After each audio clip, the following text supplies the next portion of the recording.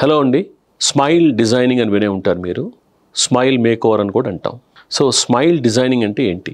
కొంతమంది కాన్ఫిడెంట్గా స్మైల్ చేయగలుగుతారు, కొంతమంది అంత కాన్ఫిడెంట్గా స్మైల్ చేయలేరు. వీటికి రకరకాల కారణాలు ఉంటాయి. కారణాలు చూసుకుంటే పళ్ళ వల్ల అవ్వచ్చు, చిగుళ్ళ వల్ల అవ్వచ్చు, దవడ వల్ల అవ్వచ్చు, లేదా పెదాల వల్ల అవ్వచ్చు. అంటే ఇదంతా కూడా మొహానికి సంబంధించింది. ఈ ప్రాబ్లమ్స్ ఉన్నప్పుడు మనం ఎవరి దగ్గరికి వెళ్ళాలి? ఈ ప్రాబ్లమ్ సాల్వ్ చేయాలంటే మీరు డెంటల్ స్పెషలిస్ట్ దగ్గరికి వెళ్ళాలి. నేను ఎఫ్ఎంఎస్ డెంటల్లో పనిచేస్తున్నానండి, ఎండోడాంటిస్ట్. అట్లా నాలాగా చాలామంది స్పెషలిస్టులు ఉంటారు ఎఫ్ఎంఎస్లో. మీకు ఎండోడాంటిస్ట్ ఉంటారు, ప్రాస్థోడాంటిస్ట్ ఉంటారు, ఆర్థోడాంటిస్ట్ ఉంటారు, పెరియోడాంటిస్ట్ ఉంటారు. అంటే డెంటల్లో కూడా రకరకాల స్పెషాలిటీస్ ఉన్నాయి. ఈ స్పెషాలిటీస్ ఏంటంటే కొంతమంది పళ్ళు కట్టేవాళ్ళు, కొంతమంది వెనియర్స్ చేసేవాళ్ళు, కొంతమంది కాంపోజిట్ చేసేవాళ్ళు, అట్లా రకరకాల స్పెషలిస్టులు ఉంటారు. ఈ ఉన్న ప్రాబ్లమ్ సాల్వ్ చేయడానికి ఒక టీం ఉండాలి. సో ఎఫ్ఎంఎస్ డెంటల్ హాస్పిటల్లో మీకు స్పెషల్ డివిజన్ ఉంది అక్కడ, కాస్మెటిక్ డెంటిస్ట్రీ అని. సో ఈ కాస్మెటిక్ డెంటిస్ట్రీ డిపార్ట్మెంట్లో ఈ డిఫరెంట్ స్పెషలిస్టులు ఉంటారు. వాళ్ళందరూ డిస్కస్ చేసుకొని, కొలాబరేట్ చేసుకొని ఒక పేషెంట్కి ఉన్న ప్రాబ్లంకి ఈ రకంగా ట్రీట్మెంట్ చేయాలి, ఇటువంటి ప్లాన్ క్రియేట్ చేస్తారు. సో ఆ ప్లాన్లో ఒక డాక్టర్ ట్రీట్మెంట్ చేయాలా, లేదా ఇద్దరు స్పెషలిస్టులు కలిపి చేయాలా, లేదా ఒక స్పెషలిస్ట్ ట్రీట్మెంట్ అయిన తర్వాత ఒక 1 వీక్ తర్వాత ఇంకో స్పెషలిస్ట్ చేయాలా, ఇది కంప్లీట్గా ప్లాన్ ఎట్లా జరుగుతుంది. ట్రీట్మెంట్ కూడా మనకి కొన్ని ఇన్స్టంట్ ట్రీట్మెంట్స్ ఉంటాయి, కొన్ని లాంగ్ టర్మ్ ట్రీట్మెంట్స్ ఉంటాయి. ఇన్స్టంట్ ట్రీట్మెంట్స్ అంటే నేను ట్రీట్మెంట్ ఒక రోజులో కంప్లీట్ చేయొచ్చు, లేదా ఒక 2 డేస్లో కంప్లీట్ చేయొచ్చు, లేదా 1 వీక్లో కంప్లీట్ చేయొచ్చు, 1 మంత్లో కంప్లీట్ చేయొచ్చు, సమ్ టైమ్స్ 1 ఇయర్ పట్టచ్చు. కానీ 1 ఇయర్ ట్రీట్మెంట్ అనేది ఇన్స్టంట్ అనం, దాన్ని లాంగ్ టర్మ్ ట్రీట్మెంట్ అంటాం. ఇవాళ ఎక్కువగా ఎవరికైతే ఇట్లాంటి ప్రాబ్లమ్స్ ఉన్నాయో వాళ్ళు డెంటిస్ట్ని అప్రోచ్ అయిన తర్వాత ఇన్స్టంట్ సొల్యూషన్స్ కోసం చూస్తారు. అంటే వాళ్ళ ట్రీట్మెంట్ ఫాస్ట్గా అయిపోవాలి, వాళ్ళకున్న టైంని బట్టి మనం ట్రీట్మెంట్ ప్లాన్ చేసుకోవాలి. ఇప్పుడు మనం ప్రాబ్లమ్స్ గురించి డిస్కస్ చేద్దామండి. టీత్ ప్రాబ్లమ్స్ అని చెప్పాను మీకు, గమ్ ప్రాబ్లమ్స్ అని చెప్పాను, లేకపోతే దవడ ప్రాబ్లమ్స్ అని, లేదా lip problems. No, teeth problem గురించి మాట్లాడదామండి. సపోజ్ పళ్ళ మధ్యలో స్పేసెస్ ఉన్నాయి అనుకోండి, లేదా పళ్ళ మధ్యలో సందులు ఉన్నాయి. సో డెఫినెట్గా పళ్ళ మధ్యలో సందులు ఉంటే నవ్వటానికి కొంచెం ఇబ్బంది పడతారు, అంత కాన్ఫిడెంట్గా స్మైల్ చేయలేరు. లేదా పళ్ళు కొంచెం కలర్ ఎల్లోగా ఉంటాం, లేకపోతే కొంచెం రెడ్డిష్గా ఉంటాం, ఫ్లోరోసిస్ అని ఉంటుంది, దానివల్ల రెడ్ కలర్ స్టెయిన్స్ లాగా ఫామ్ అవుతాయి.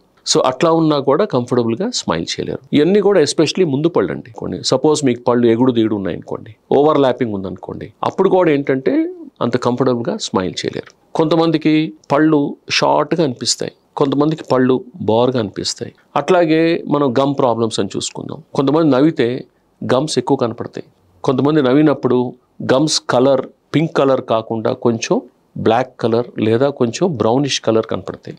సో ఇది ఏం అబ్నార్మల్ కాదు, నార్మలే.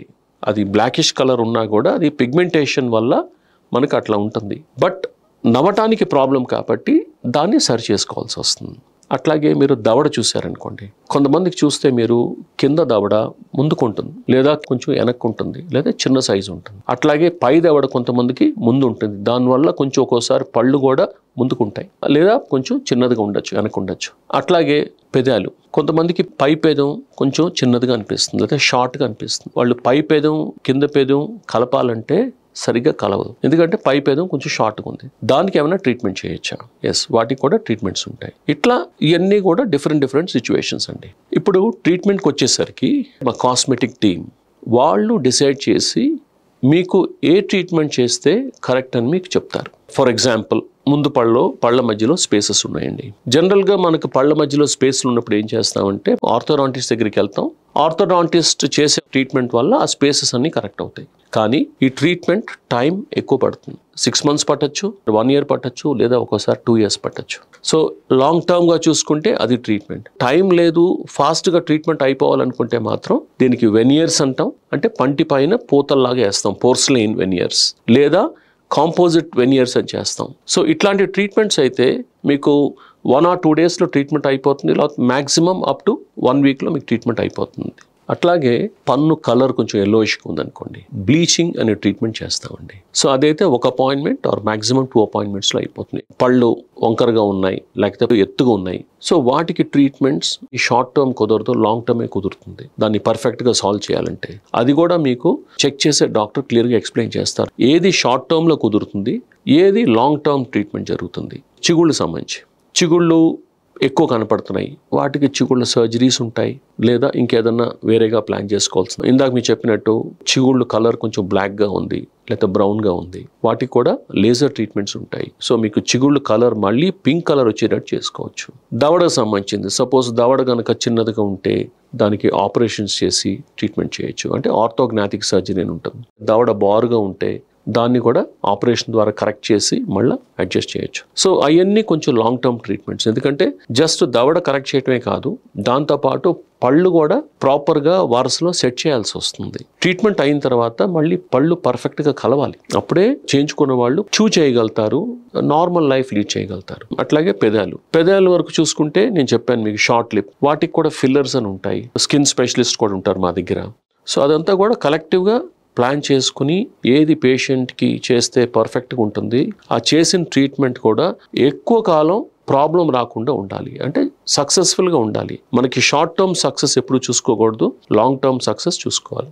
ఇప్పుడు డిజిటల్ సాఫ్ట్వేర్స్ కూడా ఉంటాయి, DSD సాఫ్ట్వేర్స్ అని రకరకాల సాఫ్ట్వేర్స్ ఉంటాయి. పేషెంట్ స్మైల్ ఫొటోస్ తీసుకుంటాం, స్మైల్ వీడియోస్ తీసుకుంటాం, ఈ సాఫ్ట్వేర్లో లోడ్ చేసుకుంటాం. అది కాకుండా సపోజ్ ముందు పడ మధ్యలో స్పేసెస్ ఉన్నాయి, ఈ స్పేసెస్కి మనం వెనియర్ ట్రీట్మెంట్ చేయాలని ప్లాన్ చేసుకున్నాం. అప్పుడు ఏం చేస్తామంటే దవడ అచ్చు తీసుకుంటాం, అంటే పళ్ళన్నీ కూడా అచ్చులో వస్తాయి మనకి, దాన్ని మనం మోడల్గా పోర్ చేసి మోడల్ మీద మేము ఒక మైనంతో ఒక క్యాప్ లాగా లేకపోతే వెనియర్ లాగా తయారు చేసి వీటిని పేషెంట్ నోట్లో పెట్టి చూపిస్తాం, అంటే ఒక దాన్ని మాకప్ అంటాం. సో ఈ మాకప్ ద్వారా పెట్టినప్పుడు పేషెంట్ చూసుకోవచ్చు అద్దంలో, చూస్తే బాగుందా లేదా, అంటే పళ్ళు వెడల్పుగా చేస్తే బాగుందా లేదా, లేదా ఈ స్పేసెస్ ఫిల్ చేస్తే బాగుందా లేదా.